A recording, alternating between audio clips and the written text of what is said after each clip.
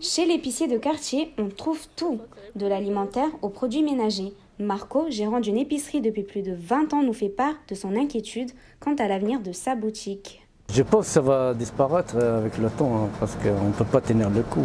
Parce que tous les ans, si on baisse, le chiffre d'affaires tous les ans on baisse.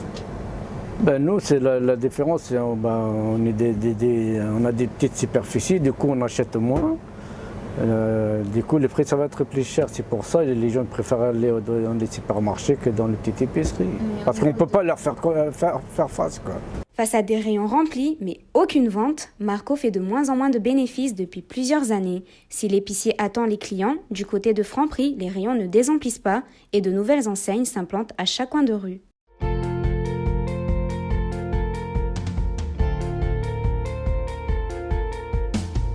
Ce succès, Franprix le doit en particulier aux promotions proposées et aux horaires étendus.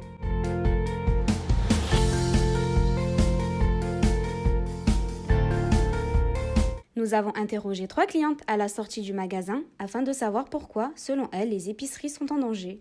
Parce que je pense qu'elles ne sont pas, en termes de qualité et de prix, elles sont peut-être moins intéressantes maintenant. Je pense que c'est les grandes enseignes qui avalent les petites. Les loyers sont chers, il faut du personnel, il faut payer. Donc après, je pense qu'ils n'ont pas les moyens, tout simplement. Ils sont toujours plus forts, les grands groupes, parce qu'ils arrivent à avoir des prix plus avantageux. Alors que les supérettes et magasins bio se multiplient dans la capitale, les épiciers traditionnels ont du mal à s'imposer et garder une clientèle. Pour Alexis Roux de Bézieux, la dernière solution est de se diversifier et se réinventer. En fait, les épiciers traditionnels, il y en avait 140 000 dans les années 60. Aujourd'hui, il en reste entre 20 et 30 000, dont la moitié sont affiliés à des grands groupes. La grande distribution est en train de migrer et s'inspire un peu de concepts comme celui-ci. Mais c'est à partir du moment où vous avez le choix, la qualité, le prix et l'emplacement, si en plus vous avez la relation client, vous avez la possibilité d'exister face aux mastodontes de la grande distribution.